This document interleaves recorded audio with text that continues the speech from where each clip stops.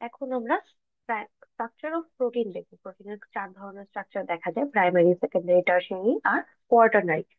Primary স্ট্রাকচারটা কি হয়, যে এটা হচ্ছে, এটা খুবই সিম্পল হয় এবং অনেকগুলো অ্যামাইনো অ্যাসিডের খালি লিনিয়ার সিকোয়েন্স হবে। হ্যাঁ, এখানে কোনো জটিল কোনো ধরনের কোনো গঠন থাকবে না, শুধুমাত্র লিনিয়ার সিকোয়েন্স থাকবে। আবারও এটা হচ্ছে জেনেটিক ঘটক দ্বারা নিয়ন্ত্রিত হয়, যে আমার সিকোয়েন্সটা কিরকম হবে, কোন অ্যামিনো অ্যাসিডের পরে কোন অ্যামিনো অ্যাসিড আছে, সেটা জেনেটিক কোডিং দ্বারা নিয়ন্ত্রিত হয়। হ্যাঁ, এখানে একটা এক্সাম্পল দেখাচ্ছে। এই যে মলিকিউলটা, আমি একটা মার্কার ইউজ করি, এখানে হচ্ছে যে এই মলিকিউলটা যেটা, এটার নাম হচ্ছে সিস্টিন। হ্যাঁ, এখানে দুইটা সিস্টিনের মলিকিউল আছে। দুইটা সিস্টিনের মলিকিউল একত্রিত হচ্ছে তারা, এই যে কিভাবে হচ্ছে, এই যে পার্টটা ছিল, উম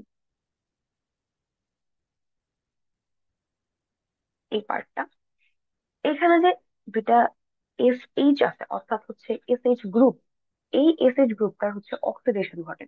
অক্সিডেশন ঘটে অর্থাৎ আমার জারণ ঘটবে। আমার এখান থেকে এই যে হাইড্রোজেনটা, এই হাইড্রোজেনটা সরে যাবে, এই হাইড্রোজেনটা সরে যাবে। তো উভয় সিস্টিনের হচ্ছে আমার একটা একটা করে সালফারের হাত ফাঁকা থাকবে, এবং তারা হচ্ছে পরস্পরের সাথে এই যে আহ বন্ধনটা, এই বন্ধনটার মাধ্যমে যুক্ত হয়ে যাবে। এই যে এখানে হচ্ছে আমার একটা পেপটাইড ফর্মেশন ঘটলো, এবং দেখতে পাচ্ছ যে একটা লিনিয়ার সিকোয়েন্স, একদম সোজা। এটার মধ্যে কোনো ধরনের অন্য ধরনের কোনো বন্ড নাই, যেমন আমার হাইড্রোজেন বন্ড বা আয়নিক বন্ড, সালফেট বন্ড, এই ধরনের কোনো কিছু নেই।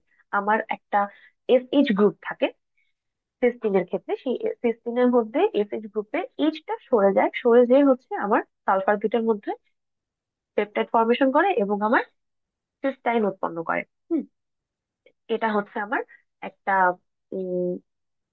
প্রাইমারি স্ট্রাকচারের উদাহরণ। এই যে এই প্রোটিনটা বা সিস্টাইন যে আমার ফর্মুলেশনটা হইলো, এটা হচ্ছে আমার এক্সট্রা সেলুলার প্রোটিনের সবচেয়ে বেশি দেখা যায়। হ্যাঁ,